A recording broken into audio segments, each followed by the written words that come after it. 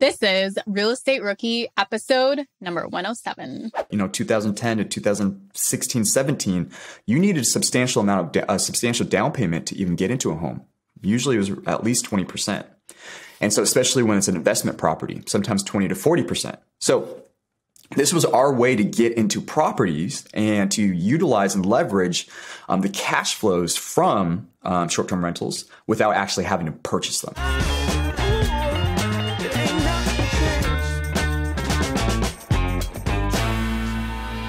My name is Ashley Kerr, and I'm here with my co-host, Tony Robinson, and we are getting even closer to the Bigger Pockets conference. I am super, super excited to finally get in person with all of the rookie listeners and just kind of meet and shake hands and talk real estate for, 3 whole days. So it's going to be a fantastic time. Yeah, I can't wait just to talk real estate nonstop for 30 days.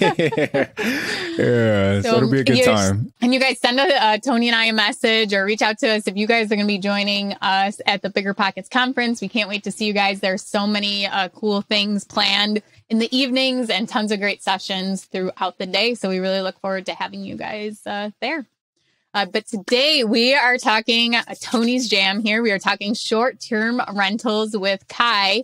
And Tony, what was your favorite takeaway? So Kai's got so many golden nuggets throughout this episode. And Kai's a YouTuber. He's a real estate investor. And he's just got a really, really, I think, articulate way of doing business. He articulates that really well. But he talks about how he got started with house hacking back in 2008 and how that he built major wealth through that whole process. He talks about rental arbitrage and kind of how he used that to get started in the world of short-term rental investing. And he talked about land hacking, which is something I hadn't really heard of before, but it's a new strategy that has my head spinning right now. So just so many good nuggets dropped in this episode. Yeah, he does a great job of putting out points for rookie investors to take away too, like building up security if you're afraid, how to get around that obstacle, different things like that, and just getting started in general. He also talks about, growing up in his childhood and having a poor dad as a sense of financially not getting it, as rich in the Rich Dad, Poor Dad book. So it just a really great episode. Tony and I are still excited about just all of the good content he gave us and is giving you guys. And you guys got to listen until the end because right before we wrap up, Kai goes into this mindset piece and that is just golden, golden, golden. So make sure you guys stick around to the very end of the episode. Well, let's get on to the show. Kai, welcome to the show. Thank you so much for joining us. Can you start off telling everyone a little bit about yourself and how you got started in real estate? Yeah, so I got started right out of undergrad, actually, 21 years old. I had no experience in real estate at all. Actually, my family, have you guys read Rich Dad, Poor Dad by Robert Kiyosaki? My family, my dad was absolutely poor dad. Loving, sweetheart of a guy, just didn't know anything about money. And so 21 years old, I graduated, came back home, lived with the folks for a little bit. And then I was like, okay, I need a place to stay. And I started looking at rent prices, places to rent out. And I realized that they were higher than mortgage rates. And then I'm like, oh, I'm going to save money. I might as well just buy a place. And that just kind of led into a whole world of going into the rabbit hole of real estate and then house hacking and all that stuff. What did you go to school for? I originally went to school for mechanical engineering, switched to civil, and then settled on construction engineering and then business management. So I switched it a couple times. I have to say, at least your last 2 degrees probably have helped with your real estate investing, though. Construction management and business management, knowing how to run a business. It's just it's one of those things that you don't really plan for, but absolutely, it's more of the project management side. But I always tell this too, because I got involved. Maybe we'll touch on it later. I got involved in higher education as well, and I always tell students or I tell people, it's listen, I don't remember anything from undergrad or grad school, but what I do remember is how my brain works and how to think and how to learn new stuff. And so I don't really remember the accounting basics or anything like that. I don't remember anything from engineering. I haven't practiced it for, 15, 16, 17 years. But I remember how to dissect problems and then how to figure out solutions. And that's one of the best things I learned through the higher education system. So it definitely helped with real estate. Yeah, Kai, it's so funny. I actually followed a similar path. I started my undergrad as an electrical engineering major. I was in the middle of my junior year when I decided that I actually hated being an engineer. And then I also switched to business. But what you said was it's something that you hear a lot as an engineering student, is that your undergrad isn't even really meant to teach you everything there is to know about being an engineer. It's to teach you how to solve problems and how to be a critical thinker. And those are the skills that parlay really well into the real world. Oh, yeah, I can't agree with that more. I did an internship. So I was doing a heavy civil project, this giant bridge highway project. And it was an internship at 19 years old. And that's when I realized, I'm like, this is not the world for me. But yeah, it was always about figuring out the solutions. And I think that's honestly for entrepreneurs transitioning, bridging that gap to entrepreneurs, like you have to be a problem solver and critical thinker. I don't think it's possible to be a principled, good entrepreneur without that skill set. So engineering definitely helped me with that, even though I hated the field. Love my engineers, just not for me. So with your house hack, what did your family think about this as to you're going to buy a property, you're going to be living with other people? What were their thoughts? You know, they were just supportive at first. They're just like, okay, that's great. He's relatively young. Hopefully he gets into something decent. At that time, it was 2006. And so I got one of those crazy 0% down, interest only ARMs. I think it was like a 5 or 7 year ARM. Adjustable rate mortgage.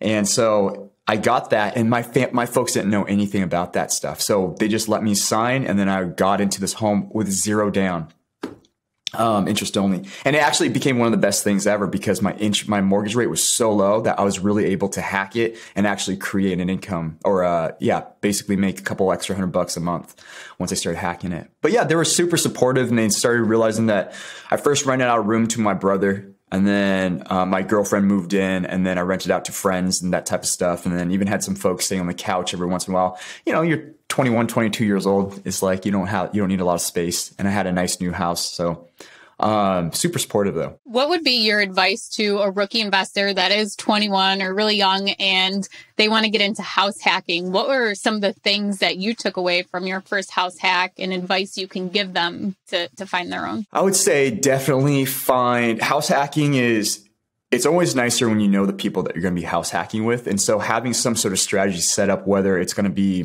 for example, I work with a couple of students and clients right now where they're doing it with family members. So cousins, brothers, sisters, that type of stuff. That makes it easier because you already know the individuals. When people start talking about house hacking with strangers, like Craigslist, going on Zillow and trying to just meet random people, and now you're sharing a space, that can get a little bit more iffy. And so I'd just be mindful of what you're trying to do. If you're trying to house hack and share, your 3-bedroom home or townhome, and you're going to be sharing a common space, make sure that you're ready to share it with strangers that may not follow your expectations. Or if you want to do it with strangers, maybe set it up in a manner where you have separate living spaces, like an ADU, a guest house, a basement, maybe a converted garage or something like that, where you have a little bit more privacy if you want to do it with complete strangers. And also for some folks, it's just a safety issue too. They don't feel as comfortable around, Craigslist roommates. So I love the way you got started, Kai, but I want to set the table a little bit for our listeners here. So first, let us know what market you're investing in primarily right now. My primary market now, it's short-term rentals, but since 2020, we had to convert some of our properties over to mid and long-term rentals, which are not my favorite. I've done that for a long time, but primarily I do short-term rentals and more specifically around very unique stays or very different type of stays. Got it. And what cities are you investing in primarily? I'm primarily in around the Portland and the Portland, Oregon, and then Vancouver, Washington area. And so I usually go outside of the city limits now. And then what does your portfolio look like today?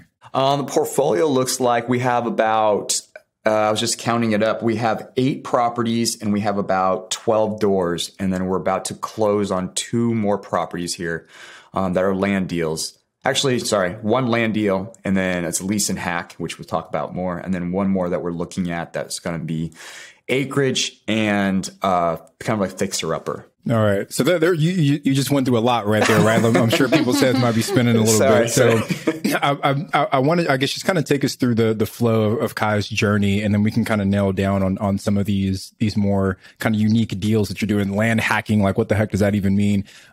So you start with this house hack. What does the progression look like from there? Just give us like the 30,000 foot view of some of the deals you knocked out. Yeah, so it started off with the first one at 21 years old, and that was the 0% or the interest only, 0 down. And then from that, I had a goal of I wanted to get my my payments or my monthly expenses down to just $2,000. And my mortgage at that time was like, I think it was like $1,100 or $10,000 or something like that. HOA is what kills us. Anyway, so I figured out to house hack. I basically was paying no mortgage once I was renting out the spaces. And then I just kept saving up money. And then 2007, 2008 hit. And that rocked us because I just saw my value decreasing. But at that time, once I saw my place decreasing, I was also either foolish or wise enough to also see that some great pieces of property were also opening up in the city center. So at that time, 2007, 2008, we have a couple areas in the heart of the city that were very, very expensive. It was considered kind of like the financial district, the entrepreneurial district where all of the quote unquote wealthy or successful, well-to-do folks moved into, and they had overbuilt significantly. And so I went in there at 23, 24. And at that time, I didn't have enough work experience. My income was not high enough. So I basically convinced my parents, had to do a PowerPoint presentation and had them co-sign with me. I was like, hey, not only will if you co-sign with me, I will give you 4% on the money that you loan me to get the down payment. And so at that time, they're making I think it was 0.5% or 0.1% in their money market account because we were in the recession. And so I'm like, I'll give you 4% because I already ran through the numbers for the house hacking. And so they're like, okay, fine. And so went and bought this penthouse style condo, brand new construction that they're just trying to move the units. And I bought that. And then that was probably one of the best decisions that we made. And then also as a family, we also bought another condo that was on the other side of the river. And those were the two that made kind of was the cornerstone of the whole business because that's how I got into short-term rentals. That's where we built a ton of equity. And then at that time in 2008, 2009, short-term rentals was not very big outside of vacationing areas like the beach or the mountains or stuff like that. It wasn't really big inside the city. And I was literally the first of maybe 5 or 6 Airbnbs or at that time it was HomeAway or VRBO. And so basically we were just charging whatever that we wanted to charge, like $500 a night, $600 a night for a 2-bedroom place. And then everybody was booking. We were booked out a year ahead of schedule. Or a year out. And so that was able to fund the next project. And then we got into basically arbitrage. And so from there, we started acquiring properties. My business partner and I, we started acquiring properties through leases. And then we started managing people's properties. And then that just created cash flows for us to keep on expanding. And that was a large part of our business for a long time. Kai, that is awesome to hear. And I definitely want to go over all of those things. But the first thing that stood out to me was the presentation you did to your parents. We talk a lot about presenting to potential partners, presenting to money lenders. What are some things that you put in that presentation to show your parents that they can trust you and this is a good investment for them? Yeah, that's a great thing. I talk a lot about this too. I call them my financial markers or people's financial markers. And my folks obviously knew me already, and I was pretty disciplined. Actually, I was very disciplined at 24 years old, 23 years old at the time I gave the presentation. And I created it was on Keynote. It was just a free, it was like PowerPoint. I didn't have Microsoft Office. It was just on Keynote on my Apple MacBook at that time. I showed them what the market was at before the recession. And I showed them the current market where it was at. So it showed this disparity, this difference of maybe, I think it was 45 or 50% difference, what it was valued at before and where it was at now. Because again, they had overbuilt. And I said, I believe in 5 years, this is what's going to happen. I think it's going to go back to normal in 5 years. And I showed them the difference and how much equity could be built. And I showed them how I was going to make my payments. That was the biggest thing that they were concerned about was that can you make the mortgage payments on 2 homes? And so I walked them through the cash flows, the revenues. I'm like, hey, this place is already rented out. I'm making money on it. Even if that doesn't work out, I know I can rent it out for this price. That will for sure get booked out. Even though I'll be losing maybe $300 a month, I can easily cover that with my salary. And then I'll be making all of this money over here with this other property. And so with that all said, when they saw that the numbers made sense, and then also I already had at 23 years old, I had nearly an 800 credit score, and I had savings stacked up, and they just knew that I wasn't buying watches or shoes or cars or anything. So they knew that I was very financially disciplined. So that helped a lot too. But Man, that presentation, I didn't expect that I would have to do that, but that sealed the deal for me with my folks. Because usually, you think that your parents would always back you up. But I remember I went up and asked them, I was like, hey, will you co-sign with me on this like $400,000 condo?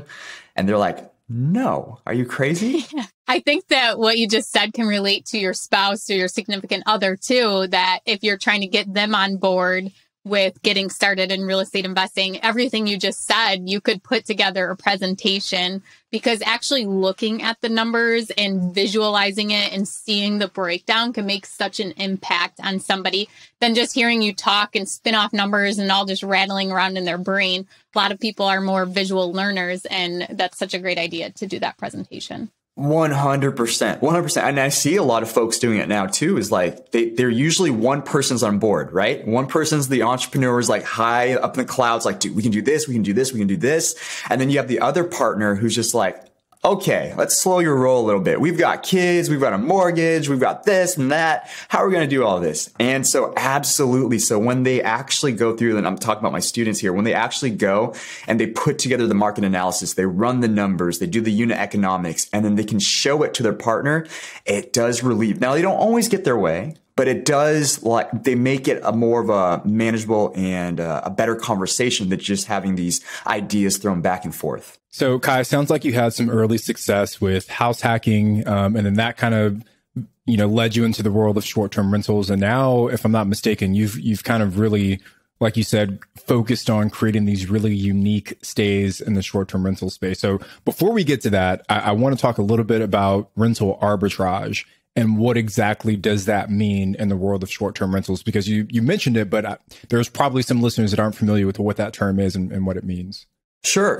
So rental arbitrage, it's basically where you find somebody, a homeowner or landowner who owns a house or townhome, condo, whatever it is, and you negotiate a contract with them where you lease the property with the understanding that you will then short-term rent it out. Okay. There's two ways of doing it. Either you pay them a lease up front. So let's say it's like $2,000 a month, and you just pay them a set $2,000 a month. And then whatever you make on top of that, you get a keep. So if you make $5,000 a month, you pay the landowner or the homeowner $2,000, you keep the $3,000. Another way of doing it too that we have done is that we did a profit sharing or a revenue split. And so we'll do everything, and we'll do a 40-60 split.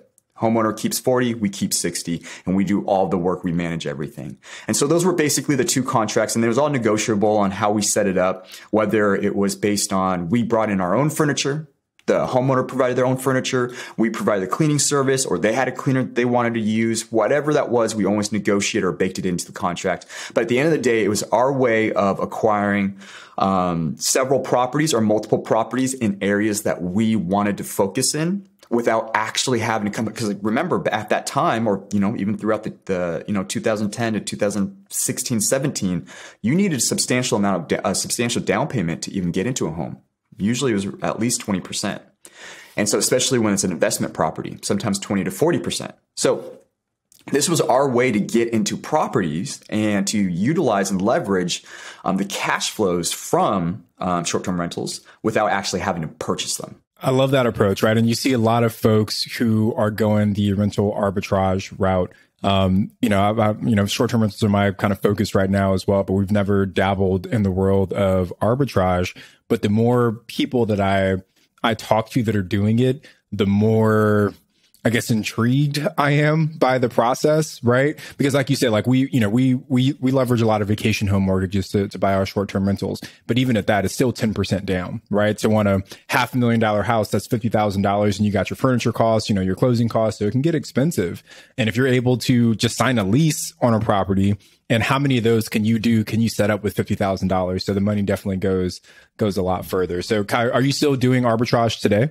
Yes. So we still have, I believe we have 3 or 4 sites right now. I think 3, and we're about to get rid of them because it's not our focus anymore. The one big thing that's in your corner, Tony, is that when you purchase property is you build equity, right? And that's a big, and we'll talk more about the land hacking model later, but cash flow is great. Cash flow is fantastic, but I'm also noticing that especially all of our properties that we had done were inside the city, and the city limits is just becoming such a competitive environment. I'm sure we'll talk about this more too, is that we're wanting to move outside of that and be able to create higher barriers of entry in our own space. And that's more the unique spaces. But I think arbitrage is a phenomenal way for folks who are newer into the space and want to get into real estate and jump in without having to, like you said, put $50,000 down, $100,000 down. We're not even talking about the insurance or the furniture or the linens or the cleaning crews or anything. If you just want to start and you don't have a ton of money and you can get a lease or negotiate a lease or work with a homeowner, it's a great way of not just getting your business and introducing yourself into the world of real estate and small business, but also how to manage a successful rental. Because Tony, as you know, and Ashley, I'm not sure if you're familiar with it too, but the other side of Airbnb and hosting and VRBO and HomeAway and Bookings.com and all these other sites, the management side, I would argue, is probably more difficult to do its long-term successfully than just getting a piece of property and furnishing it, right? And so I think that's very important for a lot of new entrepreneurs and new hosts to understand and learn about the short-term rental market. And it's a great way to get started. I love what you said about the equity side. And honestly, that's what's kind of, I guess, maybe prevented me from going the arbitrage route. So for example, the very first property that we purchased in Joshua Tree as a short-term rental, we're selling it. And we should close on that this Friday, actually. We bought that property at a purchase price of $295. Our total cash investment, like down payment, closing costs, startup costs, was somewhere just south of $50,000, right? So we had this $50,000 investment on a $300,000 property. We're selling that same house for $470,000. So like after everything clears, we're probably going to net somewhere close to about $170 on that property.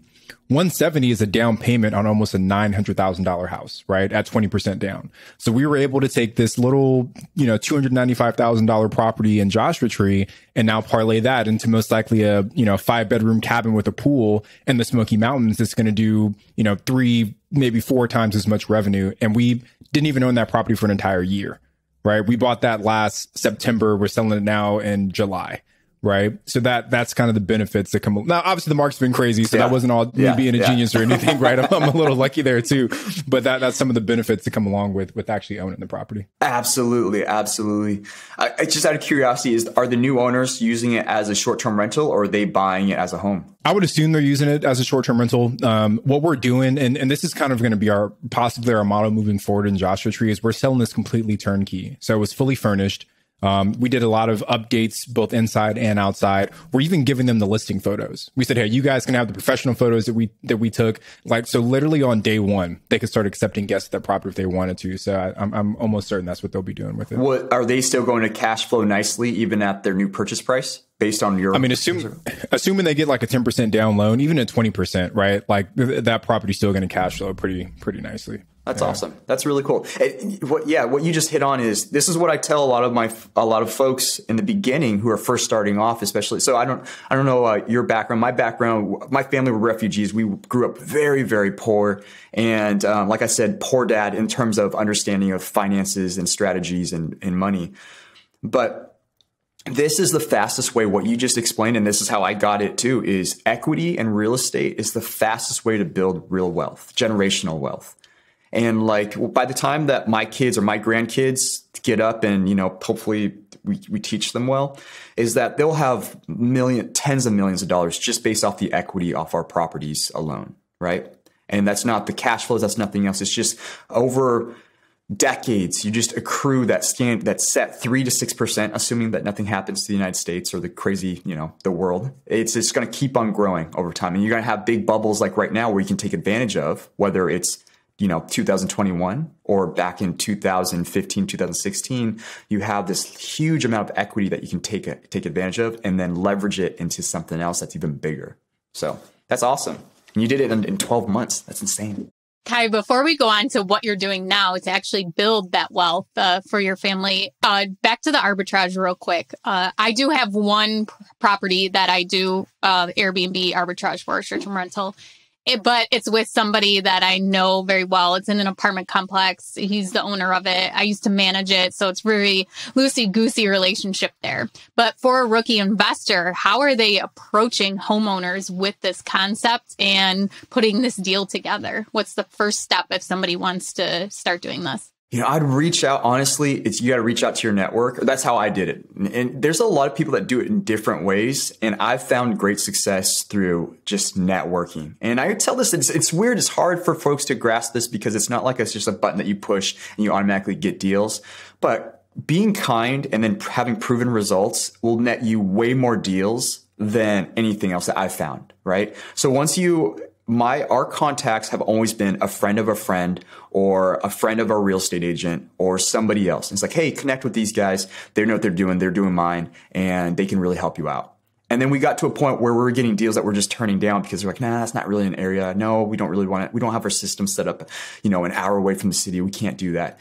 And so for folks, I'd say if you want to get started doing something right now, I'd say start hitting up the people that you know or the contacts that you know and see if anybody who has an extra house, right? Even somebody who has a long-term rental house, or a second home or third home that they're long-term renting out, approach them like, hey, next time that the lease is up or your long-term tenant moves out, consider giving me a call. I'd love to consider talking to you and renting it from you and then talk to you about how Airbnb or short-term rental could actually net you more money at the end of the day. And I can manage that for you.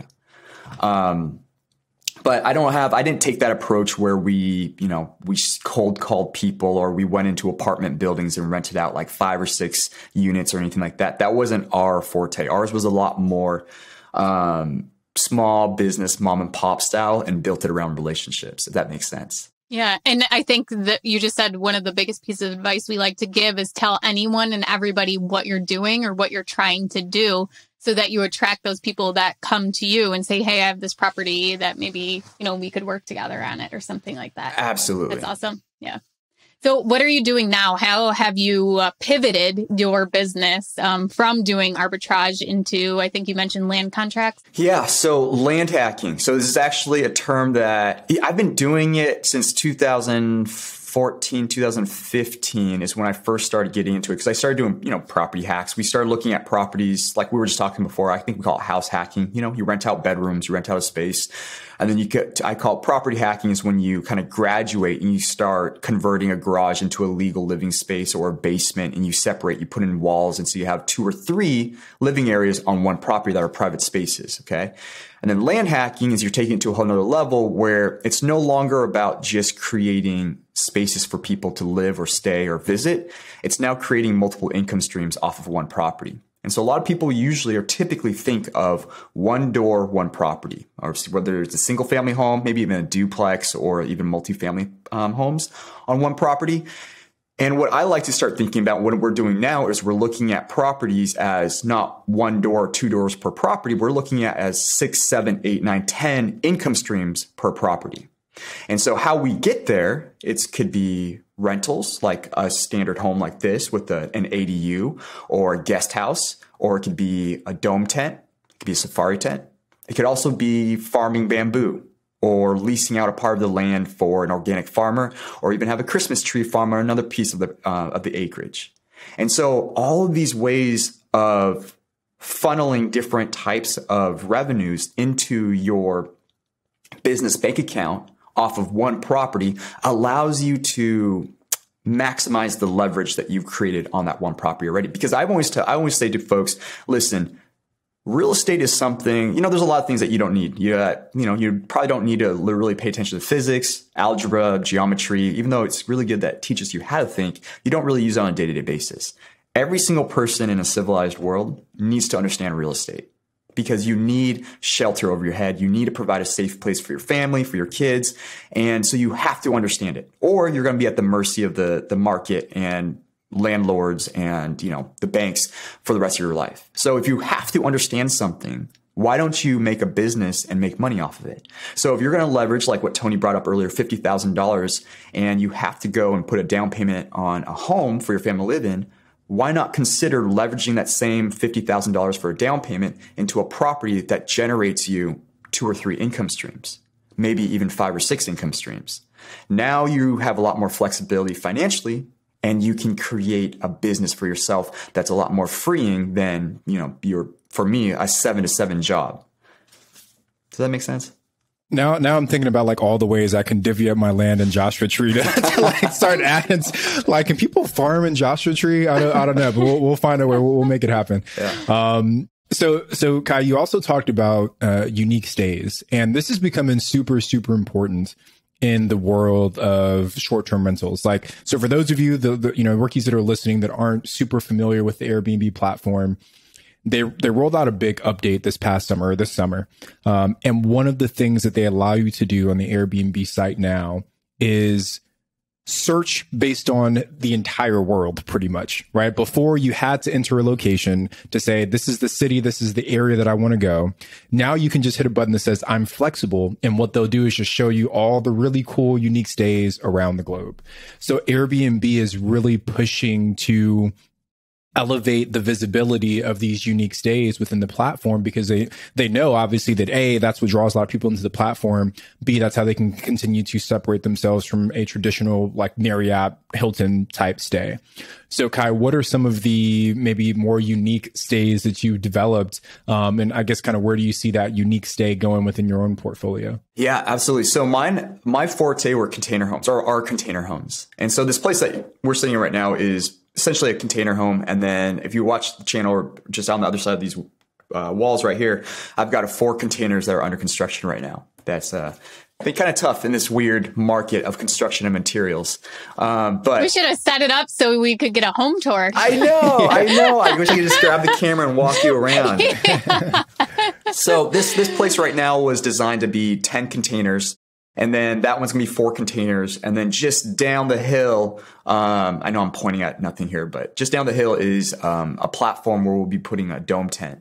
And so the unique stays is I got into it again, kind of like Tony, kind of like you, is that I got into it because I was interested in it. I saw it as a good equity play. I had no idea that it was going to become the future. I shouldn't say I had no idea, but I didn't think that it was going to, Airbnb was going to move so drastically in this direction. I honestly thought that single family homes, condos inside the city were going to be the staple for this business, because that's where everybody wanted to go. They wanted to go in the city.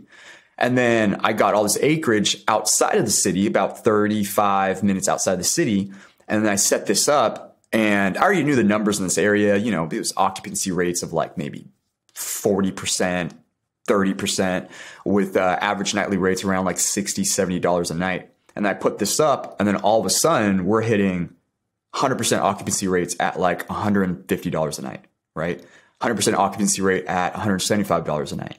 And then you're like, oh my gosh, what's happening? Like this is not the market. And then what we realized is that we accidentally created a market in this place by being so unique and so different from everybody else, right? Like literally everybody else was like either a basement, a small guest house, or a farmhouse that they were renting out. And it was not like a nice farmhouse, like a dingy country farmhouse.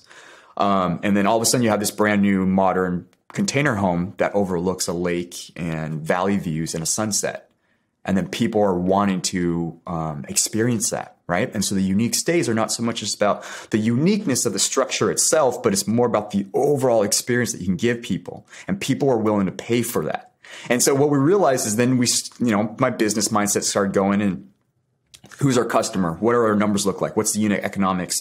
And then what are people really paying for? And then that's how we start diving deeper, and we start taking on these new projects. And now we're doing like floating A-frames. So I'm going to do a floating tent, or a floating dome tent soon. We've got the platform deck down there for the glamp site. And a lot of this is inspired by, Rob over at Rob Built, mutual friend of ours. Talking to him and seeing what he went through is learning from other people who are experts in their own niche, and learning from them and then kind of borrowing or stealing their ideas a little bit. And so that's what we're doing now. So now we're shifting a little bit away from just container homes, but we're shifting into like, okay, how do we make more unique stays? And that's our next big project, where we're creating like literally floating homes on top of like a pond, where people can experience a totally different experience, but in the same area. Does that make sense? My biggest takeaway from that was that you are creating a destination. Yes. So location really doesn't matter to you, because you're creating that destination. You're making it one. You are being the location. So I think it is so cool. And I think a lot of times people don't think out of the box like that. That, okay, well, what market would be a hot Airbnb? Not to poke at Tony or anything, but just saying like he's drawn to 2 destinations. And I would be too if I was doing short-term rentals all over. So I love that you have found a way to create a destination so people are coming to you. Yeah, would you? Go ahead. No, just on your point, you brought up a really good point there is, so I do tell a lot of folks that are starting off, it's what I call the golden triangle. So the golden triangle is essentially, there's 3 nodes on the triangle, 3 points on the triangle. One is going to be like a populous city, and then one is going to be a major attraction. And then the third one is strictly based on who your customer is and what that customer is seeking for. So if it's, or looking for. And so whether it's hiking trails, bike trails, surf spots, snowboarding areas, whatever that is, that's the third spot of the triangle. And the legs of that triangle need to be less than a 30-minute drive, ideally. Okay. Now, if it's a major attraction like Joshua Tree or something like with Grand Canyon, you can extend it out maybe 40, 45 minutes. But for most folks, I would say starting in that golden triangle is the best bet to set up a business. But what you're indicating that you caught on very quickly, Ashley, is that absolutely. Once you know that old saying, once you know the rules, then you break the rules, but you don't want to break the rules before you understand the rules. And so this new location is outside of a golden triangle. However, you hit it right on the dot is then when you do that, you have to create a destination spot. You have to create a space where it's so unique and it's so different that people you understand your customers like, hey babe, do you want to check this out? They have a floating A-frame here. Or like, hey, check this out. They have this tree house that I'm totally willing to drive out to just to experience it for the weekend. And I will pay $300, $350 a night because it's so different. And it's way better than any Marriott or Embassy suites inside the city. And so, yeah, that's a really good point that you caught on to. Yeah. And I think it's part of it too, is that they're going there to spend time in whatever that unique experience is, that they're not there to look, or they're not coming there just to surf or to hike or do whatever. It's because they're coming to experience and mostly Instagram themselves all over this unique. I mean, even Tony's Joshua Tree properties, there's so many people that do Instagram photo shoots in those properties because they're so unique. So that's really awesome. And now it has my wheels spinning. Did you watch all my videos? The golden shiny object. I mean, for anybody out there who's first starting out, you just hit on another one. So you're hitting on a lot of the techniques that I use in my properties or when we're thinking up of new plans and ideas. Like right now, literally after this conversation at 1:00, I have a meeting with my business partners over that new piece of project or that new land. And we're going through what you just said is the Instagrammability. And so that's one focal point of our Airbnbs or of our listings. And it requires some creativity and it requires some money or understanding of how to build stuff. But everything that we step into, and Tony has done a great job. I've seen a couple of his videos where he gives us tours of his places. Most of our customers today are millennials. Okay, millennials are reaching their mid 30s, early or late 30s, maybe even early 40s. If I got my numbers right, but regardless, they're getting into a place where they have money. And they're either starting families or at that point where they're in their careers where they have a little bit more time. In your 20s, early 30s, you're really hustling, working hard, and you don't have time to travel. So most of our guests and a lot of customers that we see have money or discretionary income, and they're in that mid 30 range, and they love Instagram. They love TikTok. They love YouTube. They love Facebook. And so we always think about every point. We have different points of contact around the property or around the home. Whereas where can they take photos for their Instagram, right? We're not going to tell them, hey, take a photo here, but we want to create a space or an environment where they are willing to take a photo or want to take a photo. And that's huge for the business. I have a friend down in Florida that's just doing an insane job, good job of land hacking and venue hacking a property. And most of her business comes from Instagram. Because the hashtags that people create, they then go to her site and they book it. And that's something that's very important, maybe a little bit more intermediate to advanced, is you eventually want to create different ways of getting guests, not just through Airbnb, but through your own site. And that's a fantastic way of doing it is through Instagram. So dropping so much knowledge here, Kai. I love it, man. We're giving the rookies like the PhD of short-term rentals and all the kind of ninja tricks that go on behind the scenes, man. So we want to move into our deal deep dive. So do you have a specific deal in mind that we can kind of drill down into? Sure. Yeah. All right. So first off is tell us what market this deal is in. What city did you buy that deal in? This one is in, I can't give it out. I don't want to give that out because I will say it's outside of Portland. Is that fair? Okay. Yeah, fair enough, right? So it's a major, outside of the Portland area. Yeah. And what kind of property was this? Was it land? Was it an actual structure already? What was the property characteristics? That was why the deal was so interesting. And so it looked like raw land, but what had happened was that it was about 7 acres and it had been owned by the bank, and there was literally a mansion, like a McMansion that was on it that was just very recently torn down because it was sitting there unfinished for, I think it was about 4 or 5 years, and it was starting to fall in on itself. And so it was tagged, the property was tagged as having landslide or quote unquote land issues.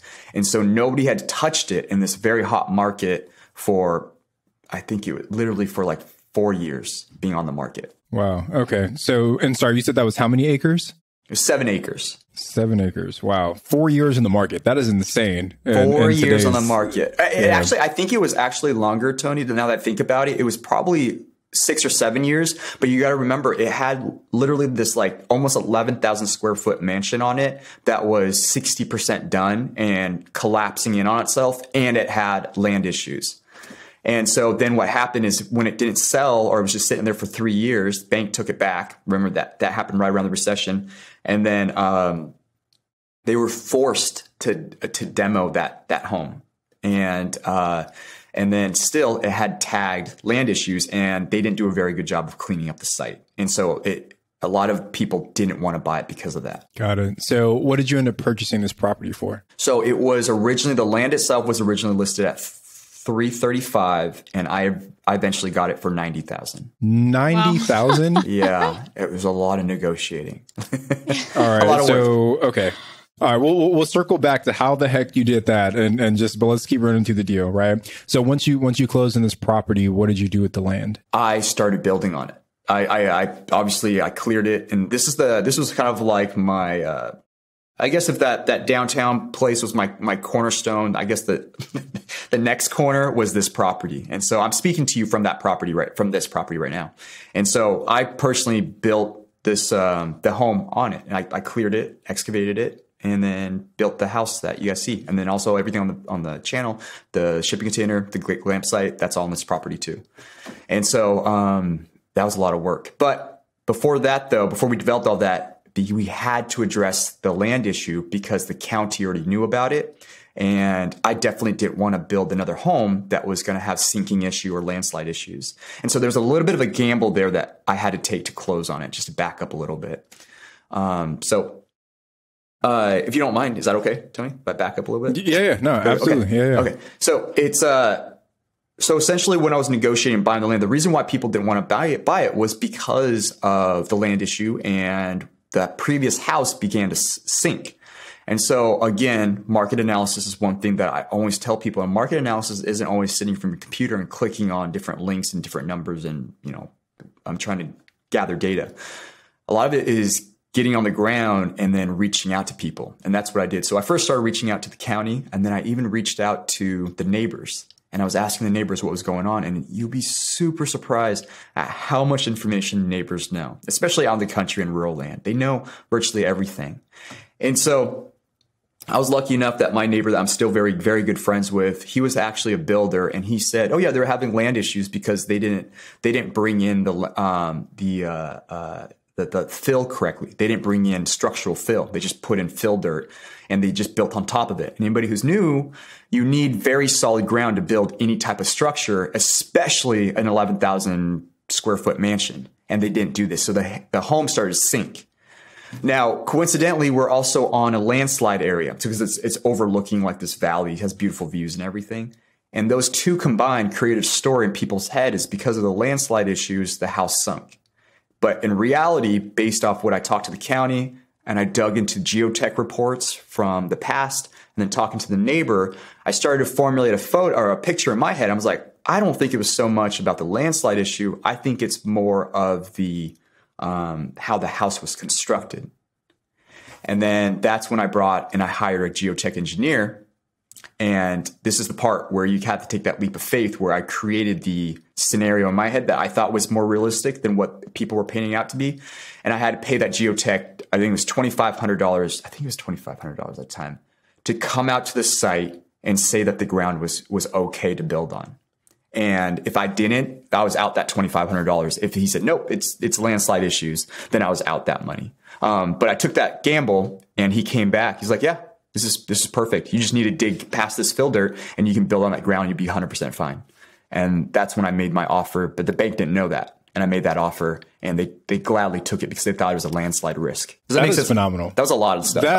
No, but that's great, right? Because I think the lesson to pull out there, Kai, is just because a property has been sitting for a long time, that doesn't necessarily mean that it's still not a good investment, right? If you can identify the value that lies inside of that property and leverage whatever information you have to get a good deal, then you're doing exactly what a real estate investor should be doing. Like, you don't have to share this if you're not comfortable, Kai, but do you know around what that property is now worth today?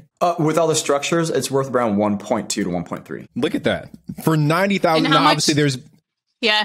How much did you put into it for the structures? Remember, I built it myself, so the labor was all me. So there was in structures, about probably 450, maybe 475, around there. So great equity build up, almost double, more than double. Yeah, it's great equity, and it allows you. Not only does it allow me to then go out and get, if I wanted leverage and get loans against it. I have a HELOC against it, obviously, but just that proven, remember that track record, the results. Now you get people like, hey, can you come help us with this other project? Hey, we saw you do this. Hey, you did this.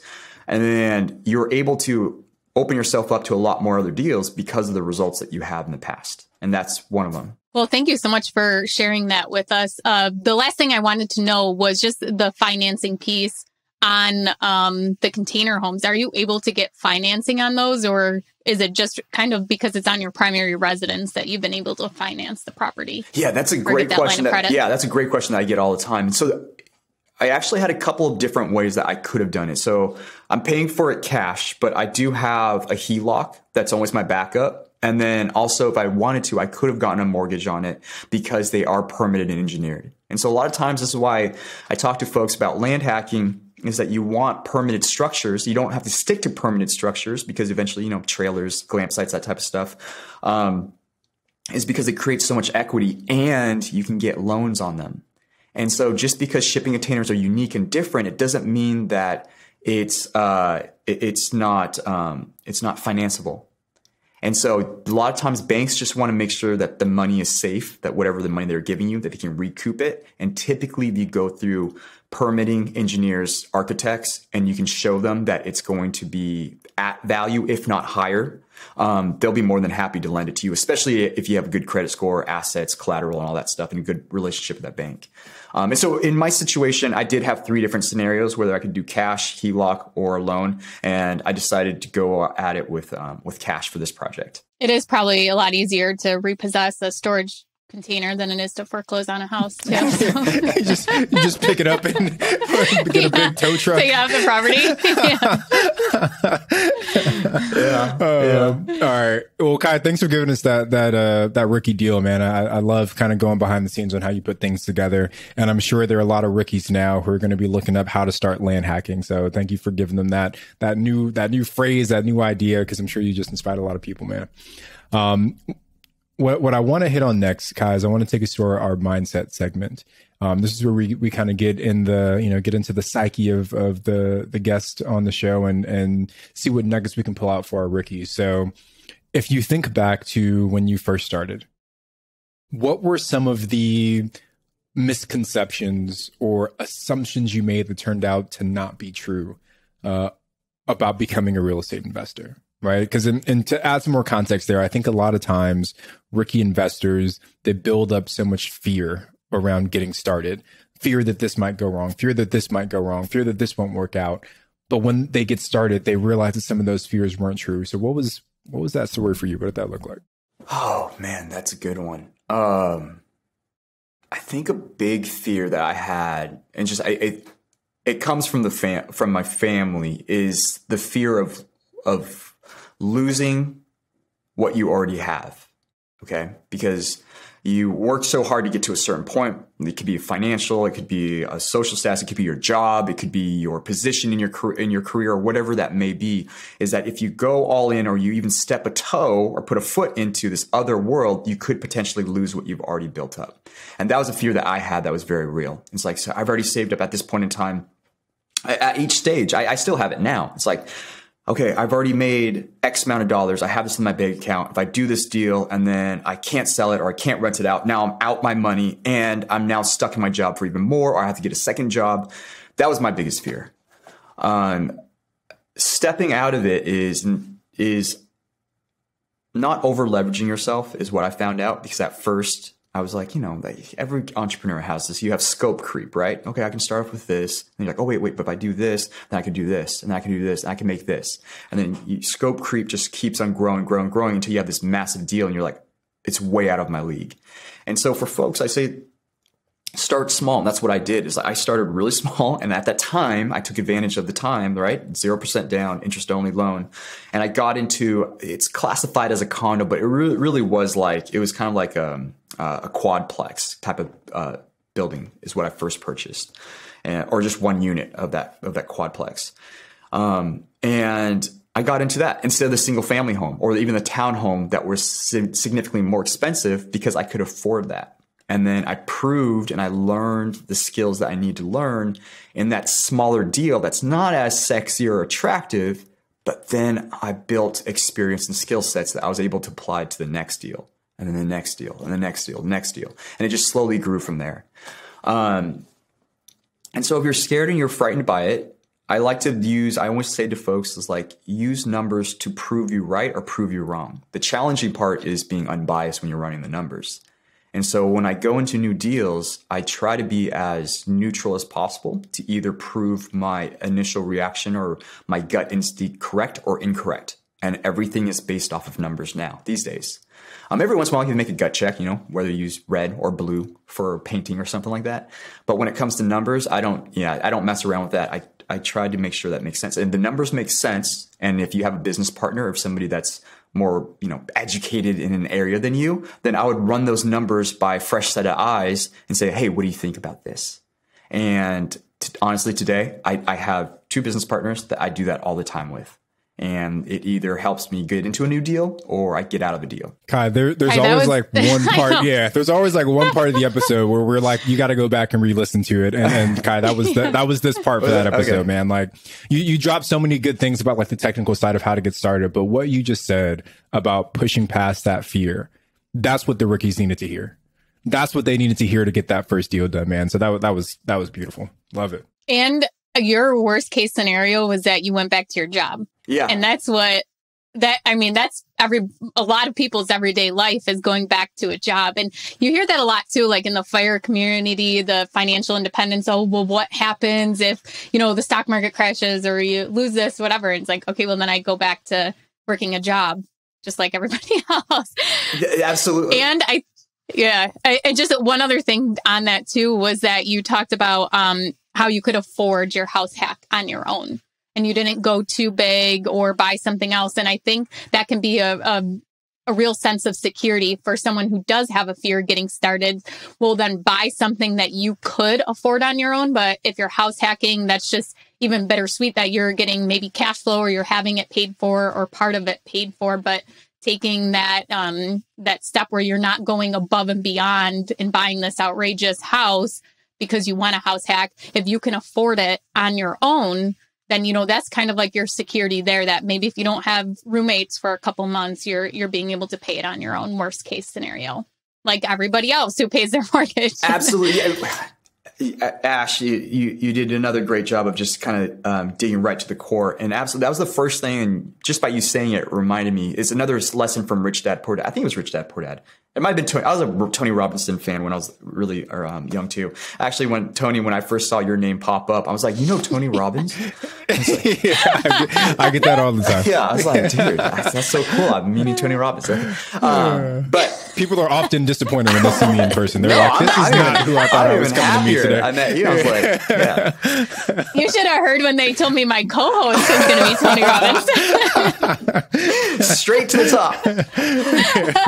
I think it was either Tony Robbins or Rich Dad Poor Dad, Robert Kiyosaki. But they said, "What's your worst case scenario?"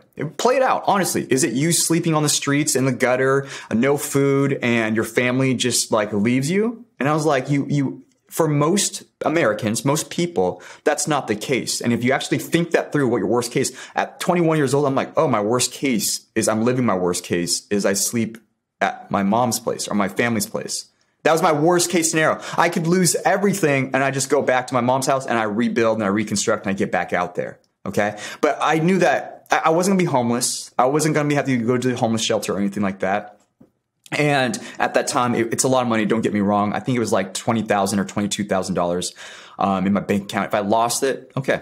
I was 21 years old. I know I can make it again. I know folks are starting at all different stages, but when you really run through your worst case scenario, and I really truly mean your worst case scenario, like sleeping in the gutter, is that really what would happen? Or do you just have to restart in a family's home? Now, I know not all of us have that opportunity, but playing out that scenario helps us make a decision moving forward. And then what you just brought up, Ashley, is the safety nets. Whenever I get into the deal, even the deal that I'm getting into, the two, I don't think I said this in the beginning. The new deal that we're getting into is a 267 acre piece of property that I got for $0 to get access to or to acquire. And so the worst or the safety nets in all of my properties, I always run the numbers. And so it's either house hack, short-term rental, to make the significant, cash flow play, or do I have to long-term rent it out to make maybe a couple $100? Now that doesn't even work. If I have to drop the rent rate by even 35% just to get somebody into the house to help pay the mortgage, how long can I survive losing $400 a month because I have to make up the difference between what rent is and what my mortgage payment is? Okay. And if that number is like, oh, I can afford $500 in a perpetuity. I can do that forever. I make way more than $500. Or at that time, he's like, I can do that for 2 years, or I can do it for 6 months, right? That gives you a game plan. And then the worst case scenario is I have to liquidate. If I have to sell this property, how much money do I get or how much money do I lose? And you play that game long enough and you make the right strategic decisions so you don't ever go bankrupt or you don't lose, or even your worst case scenario or your bad case scenario is where you have to rent it out to somebody and you lose $300 a month. You can survive and ride out those recessions. And you do that long enough and you get to a point where today, like 2020, Tony, I'm not sure if you or Ashley, if you guys were both inside the short-term rental market at that time when the pandemic hit, but we literally could have sat on our properties for a decade because we already went through that mindset of setting up all of those safety nets. And worst case scenario, absolute worst case scenario, if we had to sell some of our properties or whatnot, we would have made so much money just from the equity play that we had set up several years back, right? So you have the equity safety net, you have the long-term rental safety net, you have your cash reserve safety net, and then you obviously have all the cash flows from the short-term rentals and such. And when you do that, it reduces the fear of going into new deals, is because you already have a system in place with several layers of safety nets. Thank you so much for sharing that. And I think it needs to be constantly reinforced to rookie investors and even experienced investors, because you get so caught up in the growth and the scaling and let's go. And even for you, you said it was 2 years, I think, before you bought your second property. And then, gradually snowballed and you've, accumulating 257 acres now. That's awesome. So, definitely rookies take that away, like set up those securities, set up those exit strategies when you're looking at a deal. So I want to go to our rookie request line now. Anybody can call in at 1-888-5-ROOKIE and leave a voicemail for Tony and I. We may choose it to play on an episode for a guest to answer your question. Hi, my name is Rhea out of Chicago, Illinois, and I'm calling to ask how to buy my second property. Where do you get the financing from? Do you really have to have 20% down cash to buy it? Thanks. Bye. So a lot of times what you can do is, if your first property, I'm assuming it's your first property is probably your primary property. If it's not your primary property, you're house hacking it and you have income. If you if you pay taxes on that income, then you can actually use that to go to the bank and say like, hey, I have my 9-to-5 job, my W-2, and I also have this rental income or this other income from this other source. Reporting, that's where I was thinking of. And then also, this is when I had to use cosigners. When you're young and you're starting off and maybe your salary is not as growing as fast as it needs to be able to purchase multiple properties, use cosigners if you have it, but you have to make sure that these cosigners are people that obviously clearly trust you and that you also trust them. Other options too is probably hard money lenders, where it's basically private equity, where it's a short-term loan, but you want to be very careful that you read the terms because interest rates are usually higher and the terms are a lot shorter. But they usually assess the value of the property itself instead of like your W-2 or your income, but they're going to be digging into you in different ways. And then also seller finance. Seller finance is probably one of my favorites. That's how we just basically kind of got into this other deal that we just kind of closed or working on closing on right now. Is seller finance, basically you can set up whatever the terms are that you want to negotiate with that seller. And at the end of the day, if you don't pay it or you miss it, they get their property back. And so when people are first starting out, that's usually what I kind of point them in the direction with. But the financial markers are really your best bet if you really want to grow and expand, is figure out how do you increase your income or reported income if you want to work with traditional lenders, or you're going to have to be strategic about cosigners and maybe even hard money lenders or seller finance deals. Awesome, Kai. So before we wrap up, I just want to give a quick shout out to our rookie rockstar for this week. And this week's rookie rockstar is Cody G. And Cody just got an offer accepted for not one, not two, but 3 duplexes. Each one is a 2-1 at 800 square feet. And Cody said that this pushes me to my lean FI number. So Cody's at 18 apartments and 2 houses with $3,200 in monthly cash flow, all of them on 20 notes. And then he's getting another $3,000 or so in mortgage pay down. So it took him it took him 4 years to make this happen, but Cody is absolutely crushing it. So Cody, big shout out to you for hitting your FI number. That's what everybody wants, right? That's awesome. That's so awesome. Yeah. Kai, thank you so much for joining us today. Can you tell everyone a little bit more about you, or where they can reach out to you and get some more information about you? Sure. Just you guys go to my website, kaiandrew.com. There's I actually just encourage, I have a bunch of free stuff on there where you can see my spreadsheets on how I analyze deals. I have PDFs and guides on there. It's all free guides. Just if you go there, you're more than welcome to take a look at it, or you can just join me on Instagram, just Kai J Andrew on Instagram. And yeah, I'm really responsive typically through email or messages. So if you have any questions, just shoot me your question. Yeah, Kai, you've also got a really cool YouTube channel. Yeah. Don't sell yourself short there, man. Oh, I appreciate it. Bring that up. So I also have a YouTube channel, Kai Andrew, where I talk about short-term rentals, my journey, all my projects that I'm working on, from the glam sites to this new deal that I just published that video yesterday about the property that we just got. So if you're interested in that, watch that. And then just short-term rentals. And then basically kind of like what we're discussing here is just getting to your FIRE number, or getting to retire early, or get to your financial independence earlier. And so we talk about all that type of stuff on my channel too. Well, thank you so much. This has been really awesome. We've loved all the information you've given us on short-term rentals and your advice too. It's been really great. Thank you so much for having me. This was really cool. I'm Ashley at Wealth from Rentals, and he's Tony at Tony J. Robinson on Instagram. And we will be back on Saturday with a rookie reply. Have a great week, everyone.